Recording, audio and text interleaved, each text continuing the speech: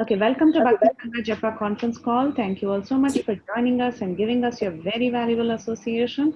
Today we are very, very fortunate to have Her Grace Savitri Mataji, and Savitri Mataji will be speaking on the deliverance of Nalakuvara and Manigriva from the Srimad Bhagavatam. And we are celebrating our series on Krishna delivering demons and other associates. So today we have Nalakuvara and Manigriva, who are the ones who are going to be delivered by Krishna, and our wonderful speaker is Savitri Mataji. Mataji, you can take over the call. Hare Krishna. Thank you. I can't hear you. Is that okay? Are you hearing me? Yes, we can hear you. Okay. All right. Thank you everyone for joining us. We are going to read the stories from Krishna book, means pastimes of Krishna in Vrindavan, from Krishna book. Pamagyana timirandasya gyananjana shalakaya chakshurunmilitam yena tasmai Shri Gurave namaha.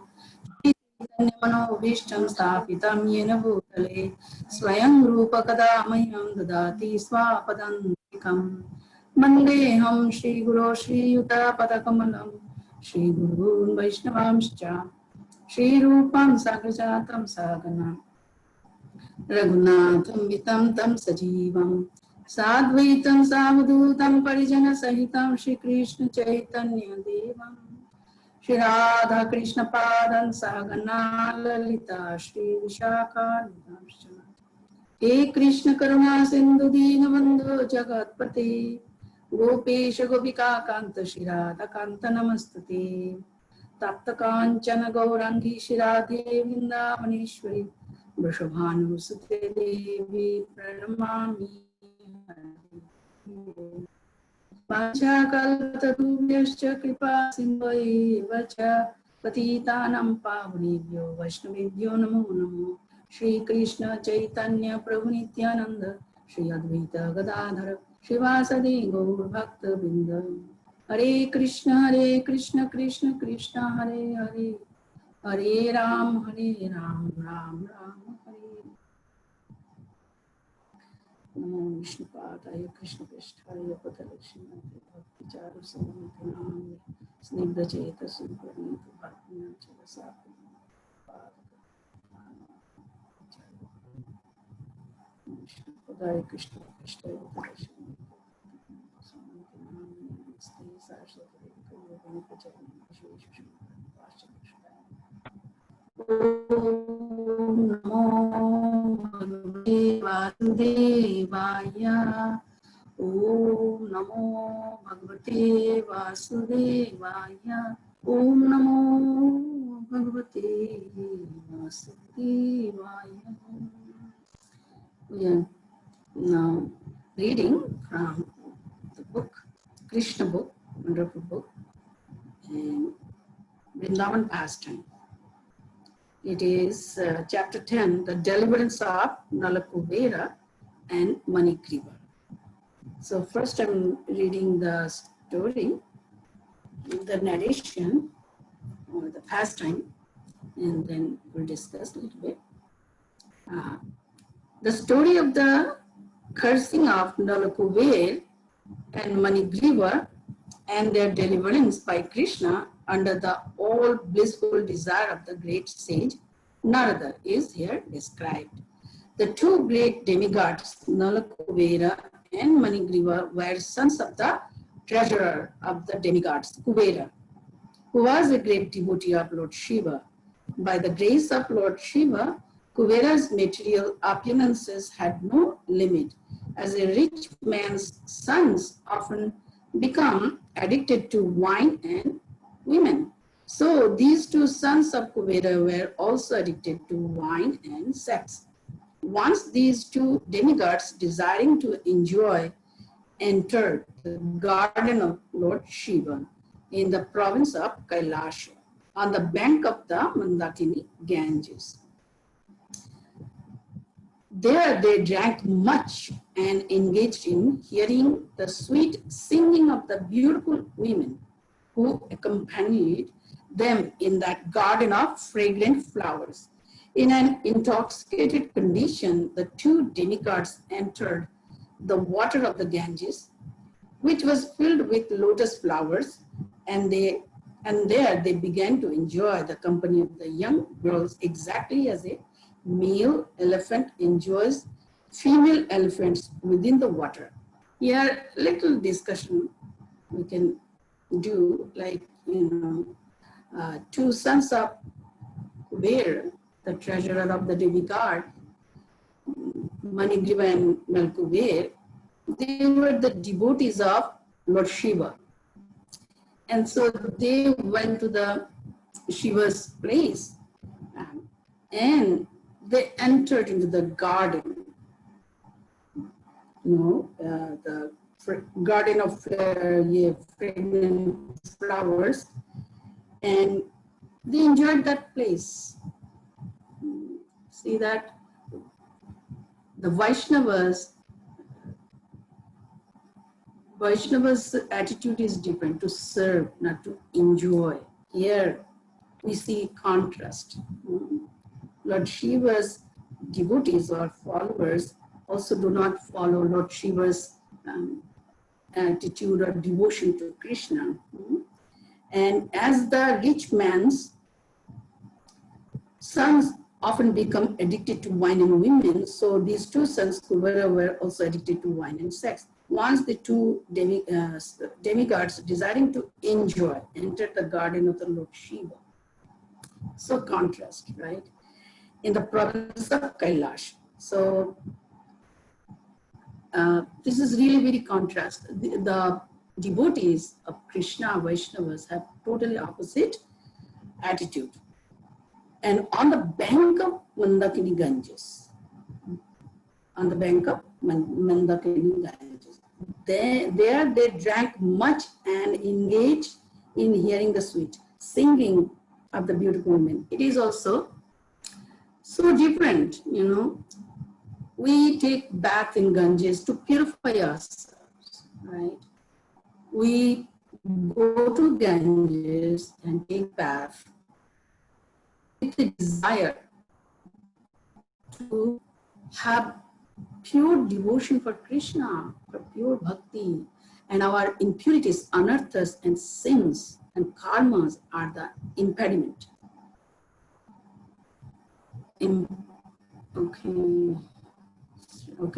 Here are the impediments. So here, so contrast, they entered into Ganges for other purpose, not the purpose of purifying themselves, their consciousness.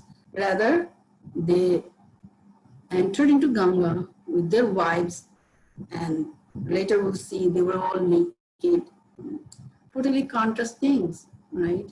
The Vaishnavas have totally different attitude. So they were enjoying. In Ganga is, how can we describe, means exactly like with Krishna consciousness, if we want try to enjoy or try to gratify our senses, it's just opposite thing. Krishna consciousness means that understanding we are, parts and parcels of Krishna, servants of Krishna. With that consciousness, how can anyone try to enjoy the senses in this material world? That means these two things are opposite. That means we are not yet Krishna conscious. Similarly, in the Ganges, if one enters with that mentality for sense enjoyment, so we can understand that they understand the purpose of Ganga flowing. So while they were thus enjoying themselves in the water, all of a sudden Narada, the great sage, happened to pass that way. He could understand that the demigods Nalakuvara and Manigriva were too much intoxicated and could not even see that he was passing. The young girls, however, were not so much intoxicated as the demigods, and they at once became ashamed at being naked before the great sage Narada. They began to cover themselves with all haste. So here also another contrast. They entered into Ganga intoxicated with the women and naked, and they are enjoying. So that is not the purpose of bathing in Ganga. And purpose of seeing a sadhu is also not this. This is not to pay any attention to the sadhu. Sadhu's darshan is very, very rare. Vaikuntha darshana means, Vaikuntha means also the sadhus from Vaikuntha. Lord's appearance or Lord's vision is really very rare. But who can help us to have Krishna's vision, darshan? A pure devotee of Krishna. So who can understand their glories? Their glories are unlimited. By coming in contact with the pure devotee, we understand the glories of the Supreme Lord. So here also another contrast, right? Nalakuvara and Manigriva, they saw a great sage, Narada, but they didn't care. They were so intoxicated. But the women were less intoxicated. So they tried to cover their bodies. On seeing the two demigods so degraded by intoxication, Narada desired their welfare, and therefore he exhibited his causeless mercy upon them by cursing them. So we are understanding that the opulence really makes a human being very much intoxicating. Intoxicated means losing the common sense even. Means sense of dharma already vanished. How to behave properly, they do not even know. In our lives, 4 things we value most. What are these? Janma, Aishwarya, Shruta, Shri, right? Aristocracy and opulence, material opulence, and Shruta means material education, and Shri, beauty.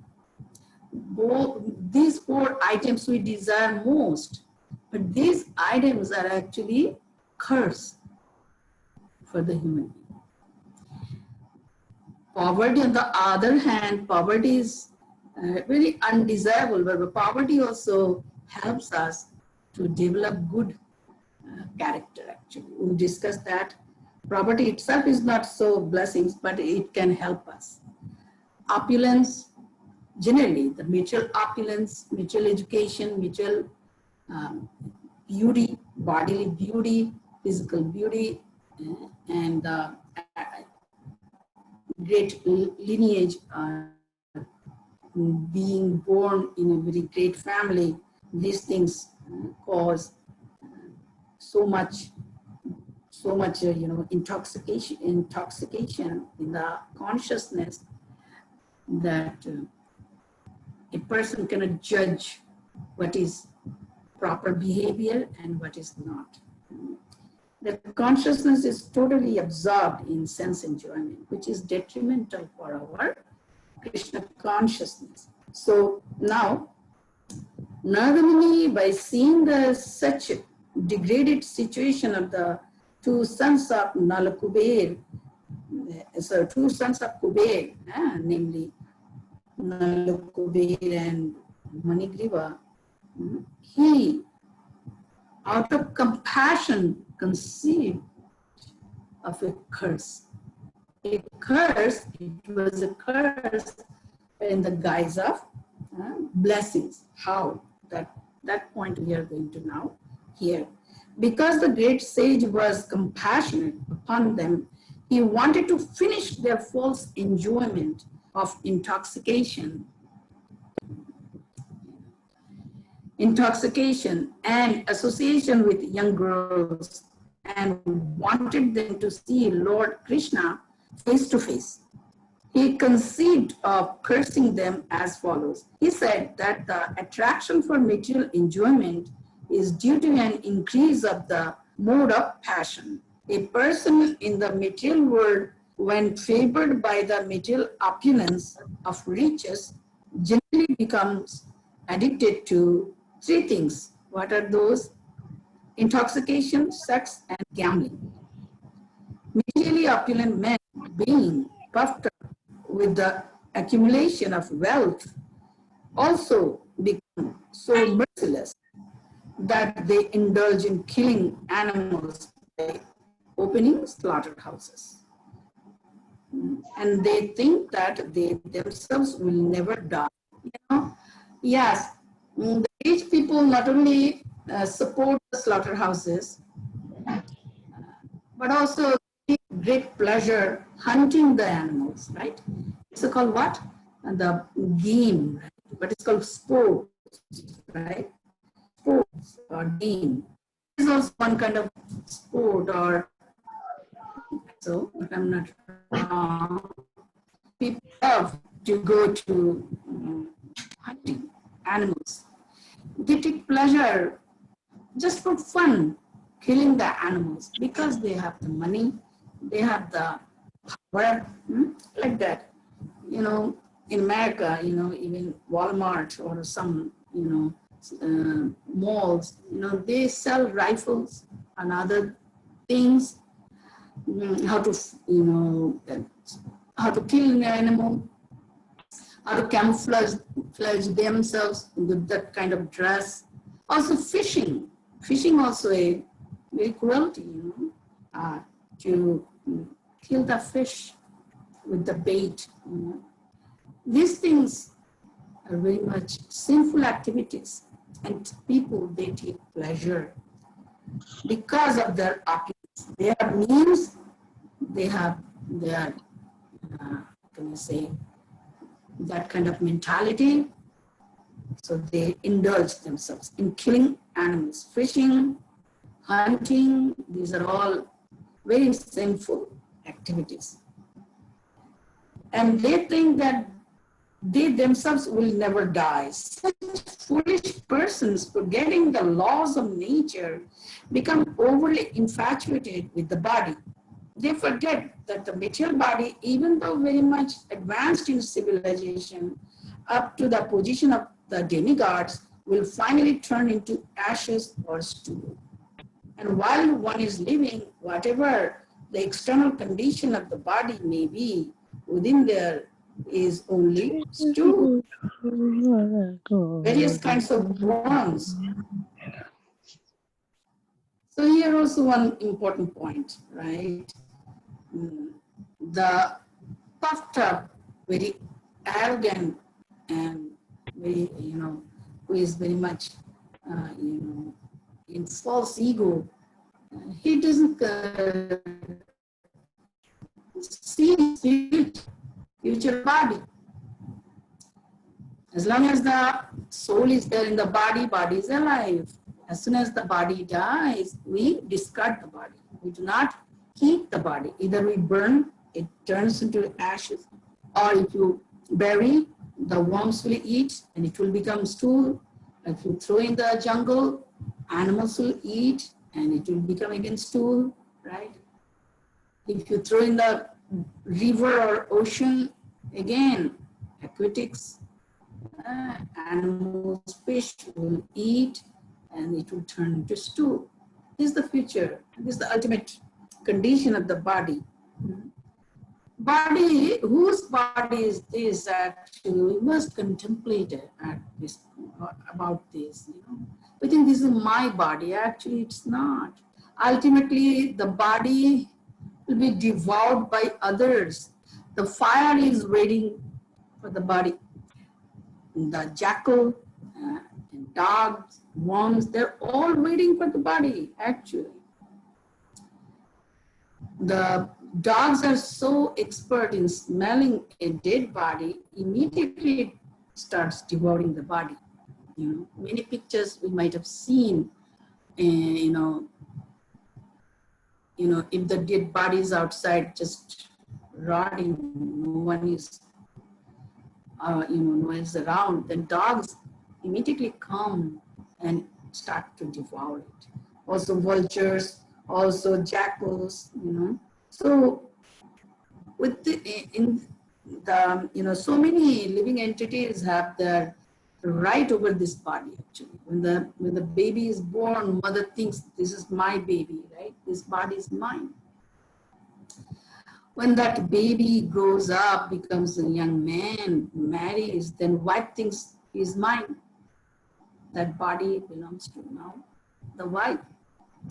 If the grown-up man takes an employment, then employer also thinks that person is mine for 8 hours or 10 hours. I pay for the work, so this is mine. Ultimately, government also thinks, citizens are mine, the bodies are mine. The government can also, draft anyone and sent in the battlefield and can be killed, right? Ultimately, the body dies and the fire burns the body and makes it ashes. So we must think about it, that this body would turn into ashes, either ashes or stool or useless things, right? So we should not be proud of this body. Rather, we should utilize this body for the ultimate purpose of the life. That is developing pure Krishna consciousness. Pure Krishna consciousness. Pure Krishna consciousness is so sweet, so nectarian. This consciousness gives us so much bliss, so much joy inside, that we would not desire anything in this world. Anything. We will say, okay, take it, take it, take it. Whatever material opulence, take it, take it. They donate or they give in charity or they utilize the service of the Lord, and they give charity to the Vaishnavas or the temples for good cause, for spreading the Krishna consciousness. They know this money has been given by Krishna for a special purpose. For a purpose, what is that? To take care of themselves, whatever necessary, for keeping the body and soul together and keep a simple life, lead a simple life. And the opulence utilized for the spreading of Krishna consciousness, for the service of the Lord. The wise person always does. The material wealth, opulence, beauty, or education, it's themselves are not spiritual or material. It's neutral. What makes it material? When we utilize these things for the material purpose, then it is material. If we utilize for the purpose of elevating our consciousness in Krishna consciousness, elevating our consciousness in pure spiritual, developing pure spiritual life, then it is spiritual. This material world also itself is neutral. We say material world. Why? Because we see it for our enjoyment, then it is material. If we see everything is for Krishna's purpose, then it is not material. Srila Bhakti Siddhanta Saraswati Thakur is teaching us to see Golok Dham in this material world. Very simple formula. Srila Bhakti Siddhanta Saraswati Thakur wants wants to elevate our consciousness exactly like Golok consciousness. Like Bhakti Vinod also Thakur says, if you perform pure devotional service, then here is the Golok Dham. Jedin grihete bhajano dekhi grihete goloko bhayo. Now Bhakti Siddhanta Saraswati Thakur elaborates more further how to see, conceive, and experience and perceive Golok Dham within this spiritual world, within this Vishwa. He says, When you see the small children, you understand, you see them as Gopal and you serve them. Like your own children, Gopal, serve them.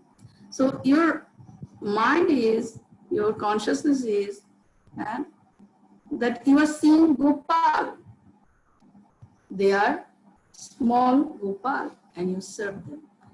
If you see parents, your parents or any elderly people, think that they are the parents of Krishna. So you worship them, serve them in that way. Our consciousness should be exactly like Guru Dham's consciousness. When you see the women, think all the girls, all the women are Krishna's property. They are Krishna, they are meant for Krishna's pleasure. Gopis. In this way, your house is Krishna's temple. Your body is Krishna's temple. In this way, each and every item we can see in relation to Krishna. So the main point is to develop our Golok consciousness while we are alive here. Here. This material world, sun is also manifestation of Krishna's energy, right? Krishna is absolute truth. Absolute truth is, there are two aspects of absolute truth. One is the Shaktiman and another is Shakti. As a Shakti Tattva, he is as this material world, as Jiva Shakti, all living beings, and spiritual world as he is Antaranga Shakti. As Shakti Tattva, he is like this material creation and living beings. And as Shaktiman Tattva, he is Krishna, enjoyer. This creation is meant for Krishna's enjoyment. Everything is the paraphernalia for Krishna's pleasure. If we develop that vision, that consciousness that is known as Golok Dham vision, Golok consciousness. So before leaving the body, we must achieve that. So therefore, opulence, beauty, our assets, property, intelligence, body, education, anything, actually neutral. If we use it for ourselves, then it is material and that binds us. If we use it for Krishna, seeing in relation to Krishna, everything is Krishna's property, Ishavashyam idam sarvam, and all meant for Krishna, then it is spiritual. But the sons of the demigod, they were not properly trained. See, the high parentage can give you full facility for developing pure Krishna consciousness. And if we misuse, that can be the cause of our downfall, degradation. So therefore, the parents have that, duty to train properly the children, whether one is in very good position or not so good position. Now let me finish this whole narration. Where is that? Okay. And they think that they themselves will never die. Such foolish persons, forgetting the laws of nature, become overly infatuated with the body. They forget that the material body, even though very much advanced in civilization, up to the position of the demigods, will finally turn into ashes or stool. And while one is living, whatever the external condition of the body may be within, there is only stool, urine, and various kinds of worms. Do we see it that way? Our bodies. Inside the stool, urine, worms, bones, flesh. Okay. Only the skin, it is covered nicely. The material nature presented that body in such a wonderful way by covering a skin. Right? Oh, so beautiful, young, so much. But just remove the skin. Oh, you don't want to see the body. Thus, being engaged in jealousy and violence to other bodies, materialists cannot understand the ultimate goal of life. And without knowing this goal of life, they generally glide down to a hellish condition in their next life. Such foolish persons commit all kinds of sinful activities on account of the temporary body, and they are even unable to consider whether the body actually belongs to them. That is the point we discussed. We must consider that I have a body. Who actually is the proprietor of this body? Ultimately, Krishna. As we know, Krishna said to Sanatana Goswami, right? Once Sanatana Goswami was thinking of committing suicide. And Mahaprabhu was saying, how can you think that to destroy this body, your body? Because you have surrendered yourself to me, your body, mind, life, your soul belong to me. You cannot destroy the body. I want to do so many things, accomplish so many things through you, through your body. Actually, Krishna accomplishes everything. Krishna uses our bodies, our minds, our consciousness, our energy, our intelligence for his purpose when we surrender. So after surrendering, we cannot neglect the body. Also, we cannot become infatuated with the body. We must keep it fit for the service of the Lord. That's the point. Whose body is this? We must think that. Generally, it is said that the body belongs to the person who feed it. One might therefore consider whether the body belongs to one personally or to the master to whom one renders service.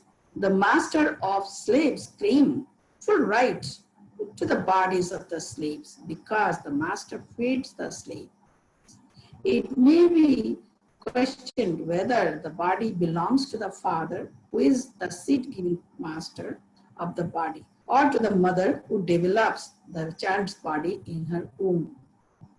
Foolish persons are engaged in committing all sorts of sins due to the misconception of identifying the material body with the self. This is the root cause of our all miseries. But one should be intelligent enough to understand to whom the body belongs. A foolish person indulges in killing animals to maintain the body, but he does not consider whether the body belongs to him or to his father or mother or material grandfather. Sometimes a father gives his daughter in charity to a person with a view of getting back the daughter's child as a son. The body may also belong to a stronger man who forces it to work for him. Sometimes a slave's body is sold to a master, and from that body, on the body belongs to the master. From that day on, the body belongs to the master. We know that, right? So we must consider whose body is this, means who is the true proprietor of this body. And at the end of life, the body belongs to the fire because the body is given to the fire and burned to ashes, or the body is thrown into the street to be eaten by the dogs and vultures. Before committing all kinds of sins to maintain the body, one should understand to whom the body belongs. Ultimately, it is concluded that the body is a product of material nature, and at the end, it merges into material nature. As we know, the body, gross body, is made of earth, water, air, fire, ether. So as the body is burned, earth portion merges into earth and fire portion goes to the fire, right? Water portion goes to the water, like that. It merges into material nature. Therefore, the conclusion should be that the body belongs to material nature. One should not wrongly think that the body belongs to him. To maintain a false position, why should one indulge in killing? Why should one kill innocent animals to maintain the body? A sane person, a well-trained person can understand that, right? We must have that discriminatory power, what is proper and what is not proper. Okay. When a man is infatuated with the false prestige of opulence, he does not care for any moral instruction, but indulges in wine, women, and animal killing. In such circumstances, a poverty-stricken man is often better situated. Why? Because a poor man thinks of himself in relation to other bodies. A poor man often does not wish to inflict injuries upon other bodies because he can understand more readily that when he himself is injured, he feels pain. Therefore, the great sage Narada considered that because the demigods Nalakuvara and Manigriva were so infatuated by false prestige, they should be put into a condition of life devoid of opulence. Generally, we hate to become poor. We think it is a curse. But on the other hand, material opulence is the curse, actually. It's simply a curse. The present civilization is trying to become advanced in economic conditions, right? And what is the outcome? They are very immoral, they are very cruel, and their character is very debauchery, right? They don't care any natural laws, right? They're heartless, they're so puffed up. They develop very bad qualities, so many bad qualities. We hear, about the Vaishnava Sadachar. In Brahma Samhita, Krishna was speaking to Brahma that we must endeavor for self-realization by reading the scriptures, understanding the conclusion of the scriptures, practice service, also following Sadachar, Vaishnava Achar. Sadachar, Vaishnava Achar, that keeps us free from Vaishnava Aparadhas and 10 offenses to the holy name. Any types of Aparadhas, Seva Aparadh and Vaishnava Aparadh, Jiva Aparadh, Nama Aparadh. So many Aparadhas are there, offenses or sins. So Sadachar, good conduct, save us from so many and give ourselves into the process of pure devotional service. These things are important if one desires to become pure devotee of Krishna. See, as we have material, as we keep a material goal to improve our material situation, right? We must have some goal, and then we endeavor to achieve that goal. Similarly, we must have the spiritual goal also.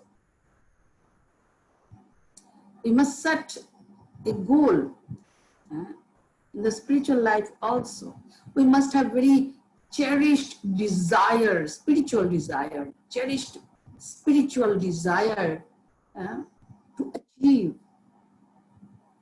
For example, why I'm chanting, why I'm practicing Shravanam, Kirtanam, Vishnu Smaranam, what is the goal?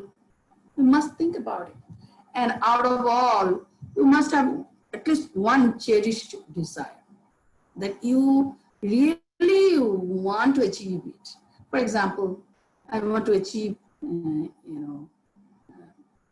full perfection in chanting. Or I want to achieve pure Krishna consciousness as the soul has been a pure person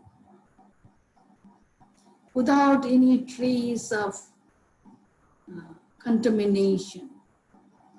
Or I want to serve Krishna day and night, something, some goal.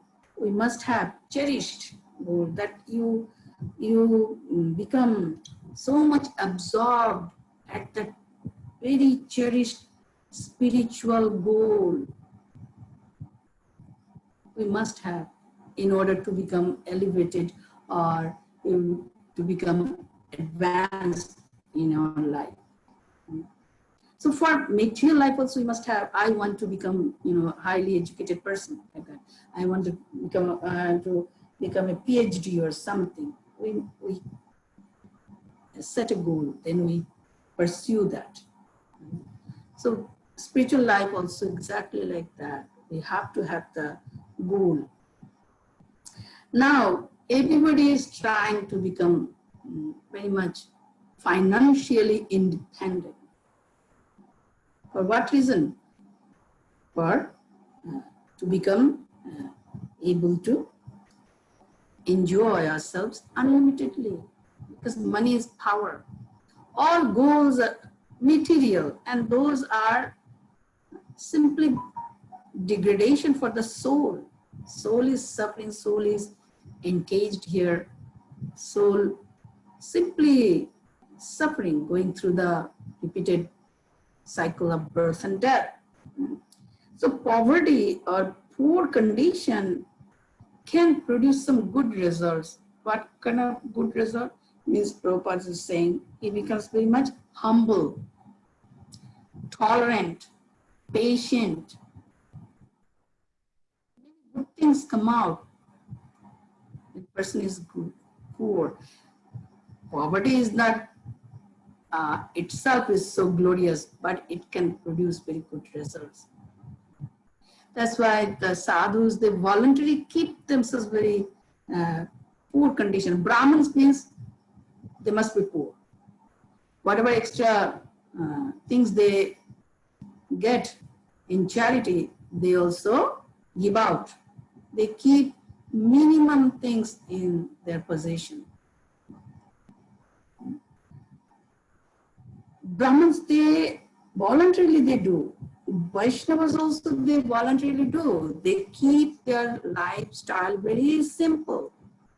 So there will be no chance being puffed up, bodily, conscious, puffed up. So Prabhupada is saying that a poor man does not wish to inflict injuries. This is also the thing, because they can understand others' problems easily. Other things also Prabhupada is writing, but ultimately with the knowledge we have to see those things. Many times people say poor people cannot accept Bhakti path because they are suffering so much out of poverty. Actually, the knowledge we understand that either opulent situation or poverty stricken situation cannot automatically make anyone a devotee. Ultimately, to become a devotee, we have to have the association of a devotee, blessing of a devotee, ultimately. But the material situations also influence us. That's the point. So Nadamani, as we know, he considered that because of the demigods, Nalakuvara and Manigriva were so infatuated.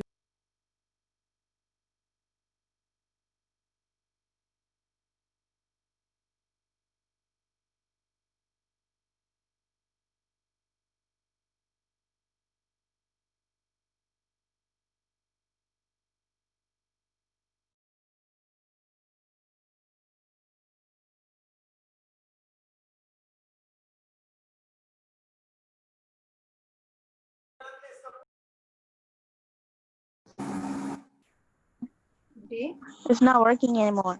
Oh, it's working now. Hypo? Okay. Okay. Are you hearing me?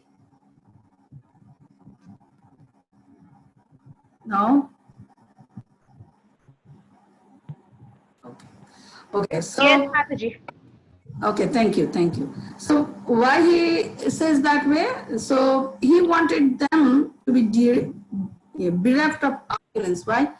Because he was remembering his past life. As we know, Nadamani's previous life, he was a very poor person, right?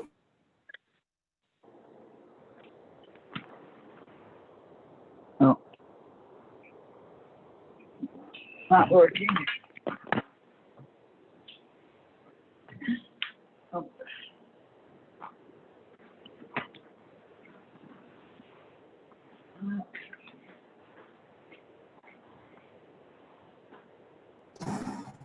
He was the son of a maid servant.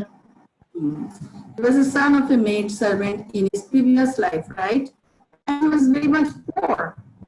So he was remembering that situation. He was very poor, but because he had received the mercy of the devotees, and he was readily accepted the mercy of the devotees, and he became Nagamani.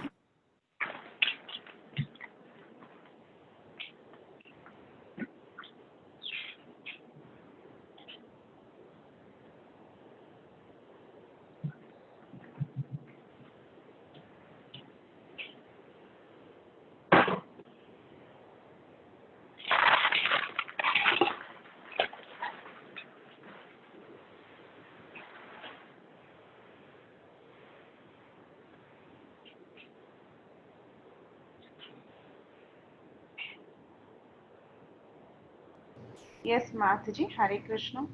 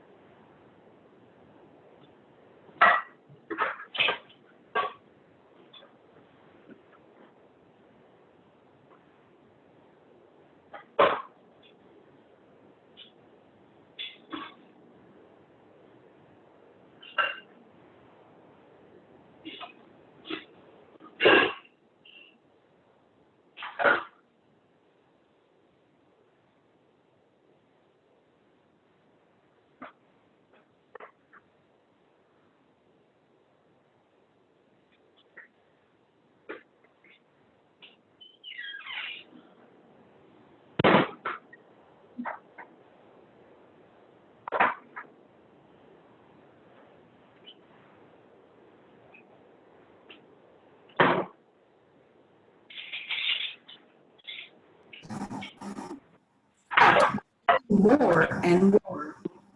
And on account of not being able to eat more than he requires, his senses are not very turbulent. When the senses are not very turbulent, he cannot become violent.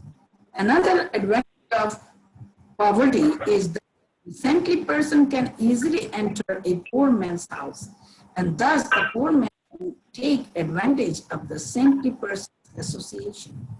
A very opulent man does not allow anyone to enter his home.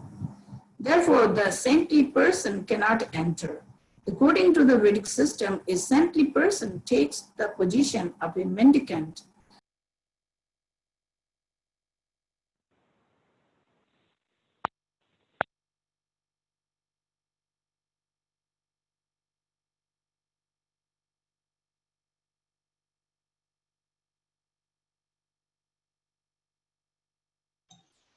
Hare Krishna Mataji, I guess she dropped off.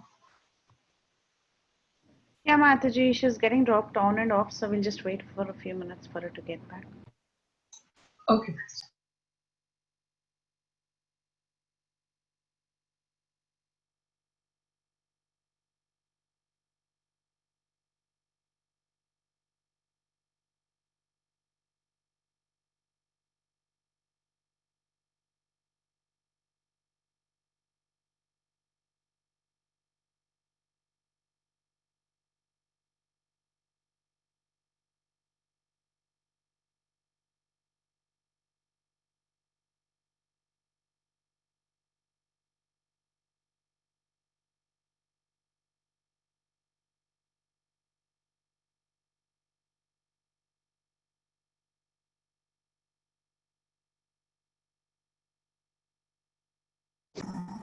And being therefore unable to control their senses, they were addicted to sex life. It was the duty of a saintly person like Narada to save them from the abominable creation. In animal life, the animal has no sense of understanding that he is naked.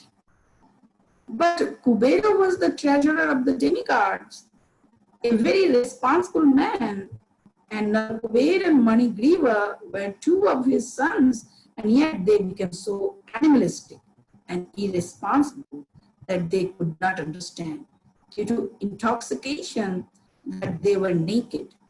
To cover the lower part of the body is a principle of human.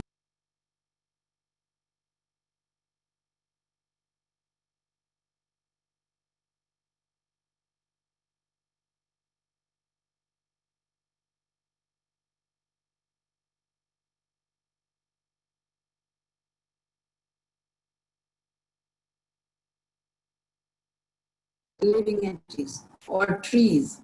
Trees are by nature's laws. Trees are by nature's laws immovable. Although trees are covered by the mode of ignorance, they cannot do harm.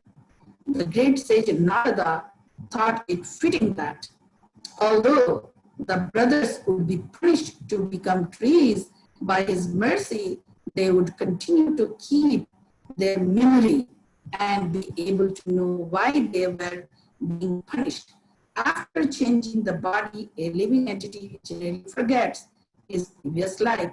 But in special cases, by the grace of the Lord, as with Nalakuvara and Manigriva, one can remember.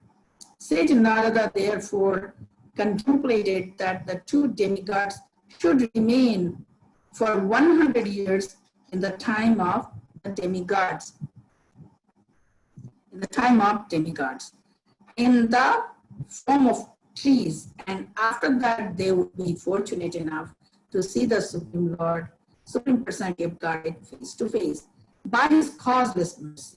And thus they would be again promoted to the life of demigods and become great devotees of the Lord. After this, the great sage Narada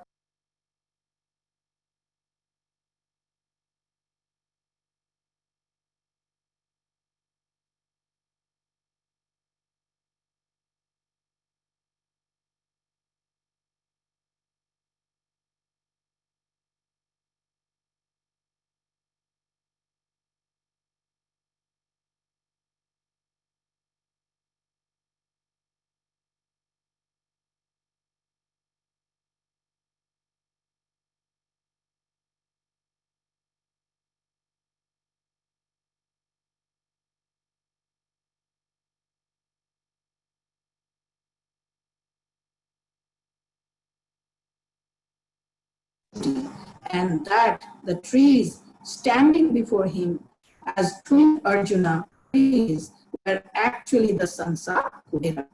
I must now fulfill the words of my great devotee, Narada. He thought, then he proceeded through the passage between the two trees. Although he was able to pass through the passage, the large wooden mortar stuck horizontally between the trees. Taking advantage of this with great strength, Lord Krishna began to pull the rope which was tied to the mortar. As soon as he pulled, the two trees with all their branches and limbs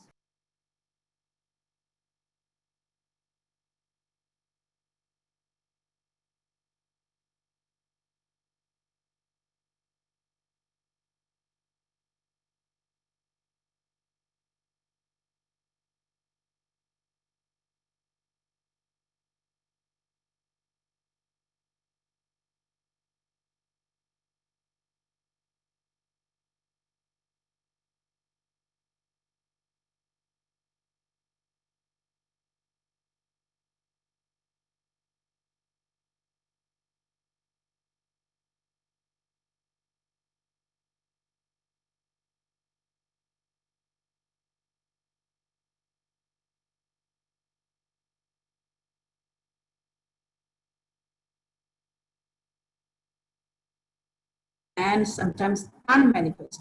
You are the original provider of the life, body, and senses of all living entities.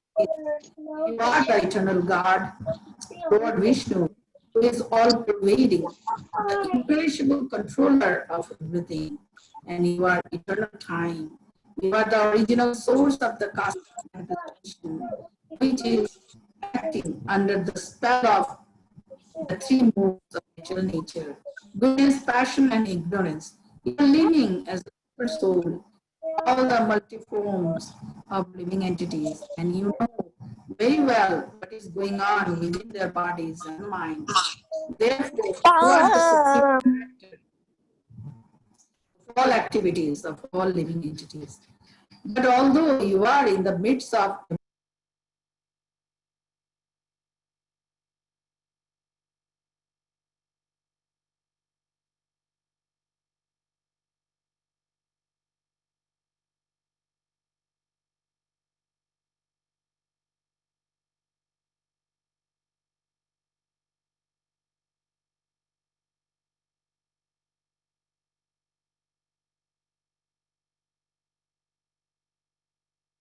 Hare Krishna Mataji.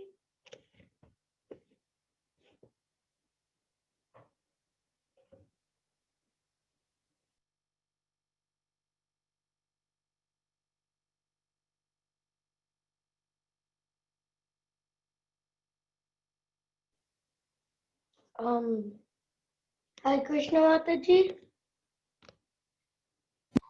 Mataji keeps cutting off. Oh. Yeah. No, I just Yeah, she's no, because I had a question that are we going to have a class tomorrow also? there is no such difference yes. for you. When you appear, your uncommon activities indicate that you are the supreme personality of God, cause of birth as well as the liberation of the living entities. And you are full with all your plenary expansions. You can bestow on everyone all kinds of benedictions. O Lord, O source of all auspiciousness and goodness, we offer our respectful obeisances unto you. You are the all-pervading Supreme Personality of Godhead, the supreme source of peace.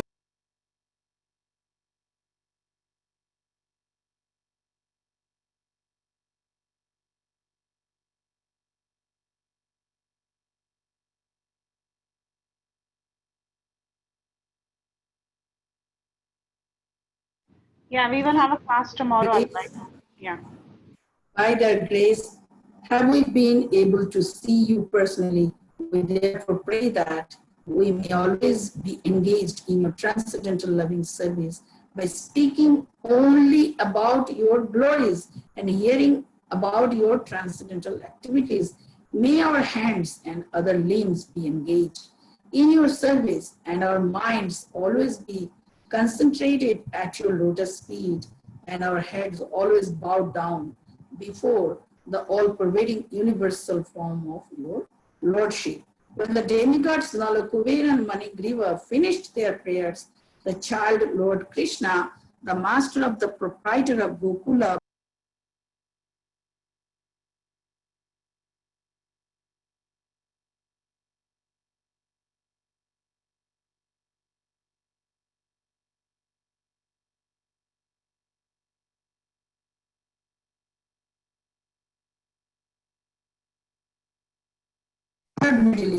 extraordinary beauty and opulence in a family of demigods.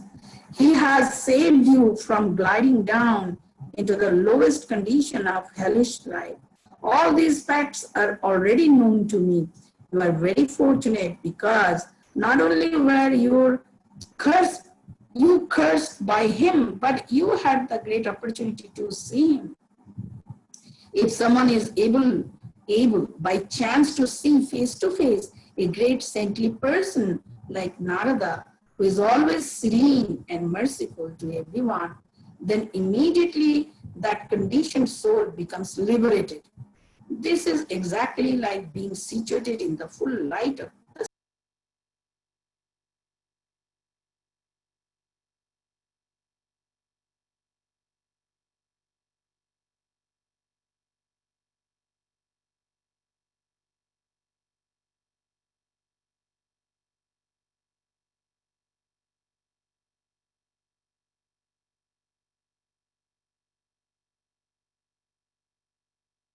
of devotional service, you will be liberated in this very life. After this, the demigods circumambulated the Lord many times and bowed down before him again and again, and thus they left. The Lord remained bound up with ropes to the grinding mortar. Thus ends the Bhaktivedanta purport of the 10th chapter of Krishna, the deliverance of Nalakuvara and Manigriva. Sorry, so many disturbances were there. Thank you so much. Thank you very much. Any question, comment here? Thank you so much.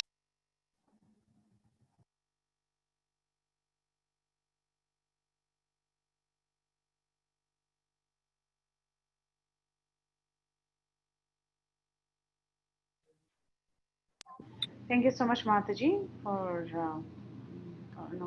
the wonderful class and also helping us go through this entire chapter from the Bhagavatam and the Krishna book. Very, very nice, Mataji. Thank you so much. Hare Krishna. You can hear us? Yeah. Okay, Mataji. Okay. Anyone else has any questions or comments for Mataji? Hare Krishna Mataji, thank you for the nice class. I enjoyed it a lot. Oh, thank you. Thank you so much. I also enjoyed. I've learned so many things today. Great. Yeah, I don't have any points today because I could not understand anything because it was cutting off, but yeah.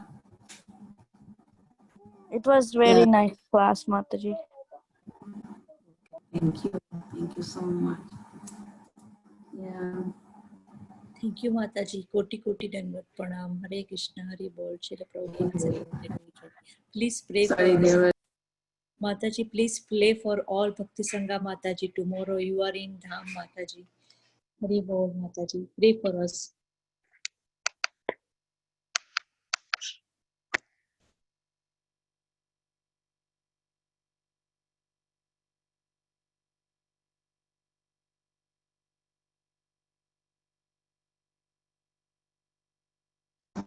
Huh? Sorry. Okay, anything? Anything else? Thank you so much again, Mataji, for your time and association. Thank you for the very beautiful class on Nalakuvara and Manigriva. If there are no more questions, we can end the call here. वाञ्छा कल्पतरुभ्यश्च कृपा सिन्धुभ्येव च पतितानां पावनेभ्यो वैष्णवेभ्यो वैष्णवेभ्यो नमो नमः। अनंत कोटि वैष्णव वृंद की जय, श्रील प्रभुपाद जय की जय, जय। श्रीमद् भागवतम की जय, हर ग्रेस सावित्री माता जी की जय। हरे कृष्ण। Hare Krishna.